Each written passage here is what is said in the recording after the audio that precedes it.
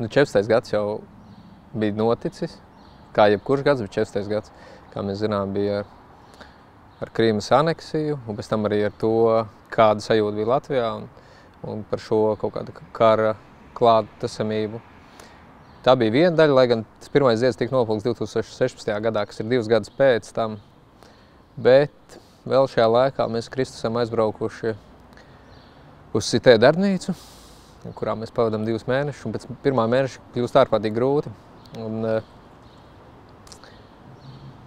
reizē tik labi, esot tādā vietā kā Parīze un pieredzot to kultūru, gan tās taganas, kas tajā brīdī notiek, gan visas tās lielās mirušās kultūras klātsamību un iemūžināto estētiku Lūvrā, kurā mēs atgriežamies ļoti daudz reizes.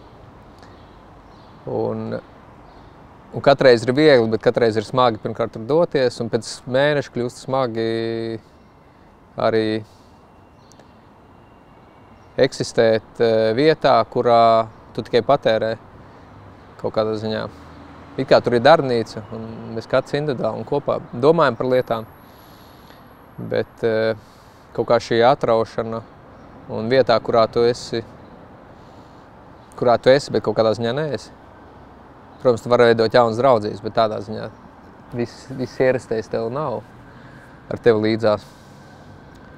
Un tad kaut kā pēc tā mēneša kļuva ļoti grūti. Man pirmo reizi rēba galva, un es domāju, ka tas ir franču vīns. Bet izrādās nebija franču vīns, kaut kāds 3, 4 vai 5 dienas atkārtojās. Un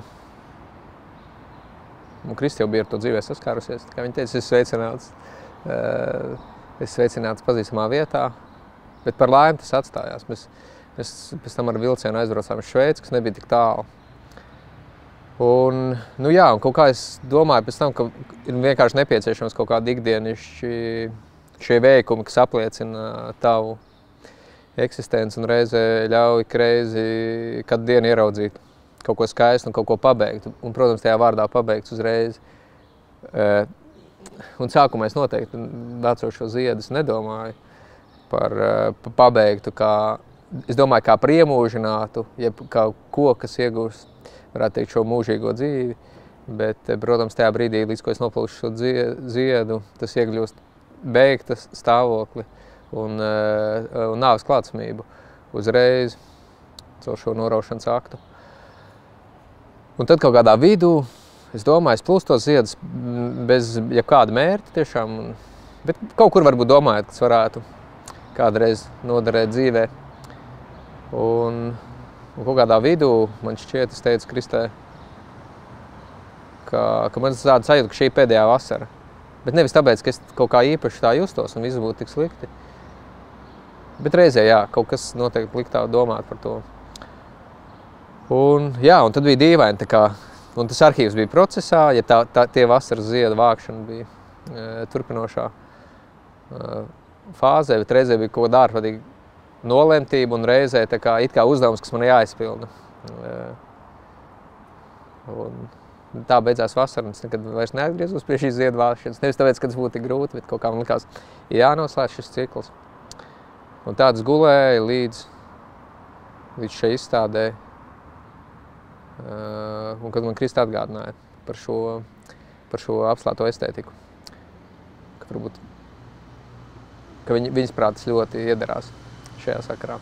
To vietu, kur mēs iegādājāmies, mēs reizē ar šo iegādāšanos mantojām nelielu biblioteku, un kurā bija arī šī mazā estētikas vārnīca. Un šis formāts bija vienkārši lielisks, lai dodoties ārā, viņi varētu ielikt kabatā. Un man liekas jau, vai es neatceros ar pirmo atvēršanu vai otro, bija skaidrs, ka vienkārši līdz ko es atvēru un ieraudzīju kādu šo estētisku vārdu. Un pēc tam vēl dažreiz palasot, nevienmēr izlasot visus šos skaidrojumus. Bet ir skaidrs, ka kaut kā šī grāmata vēdinājas to, lai šie iemūžinātie tik nosaukti šajā vārdā. Bet vēl sanāca, protams, ir tagad, vēl gan ar to pandēmiju, un gan ar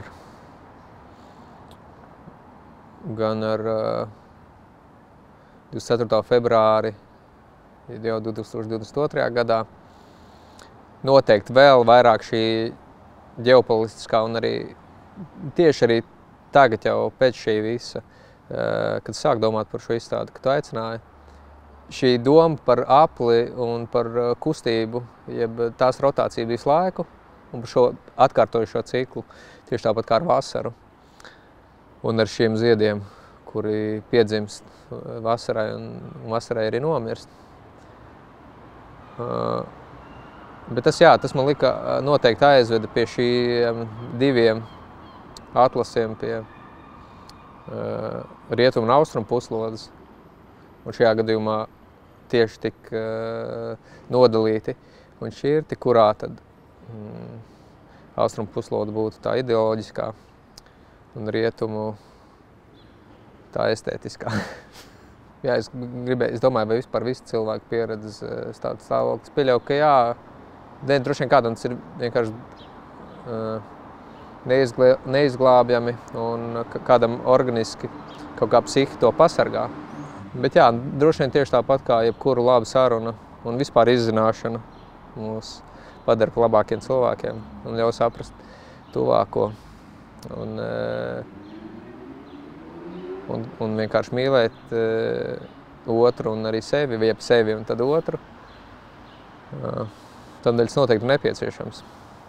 Tieši tāpat kā terapija. Droši vien ir nepieciešama jebkuram, un visvairāk tam, kam mazāk šķiet, droši vien, ka tas ir vajadzīgs. Fiziski nesaprotami un neaicināti. Un es esmu laimīgs, ka man tāda klātesamība nav bijusi un ka šī nepieciešamība, piemēram, pēc kaut kādām zālēm,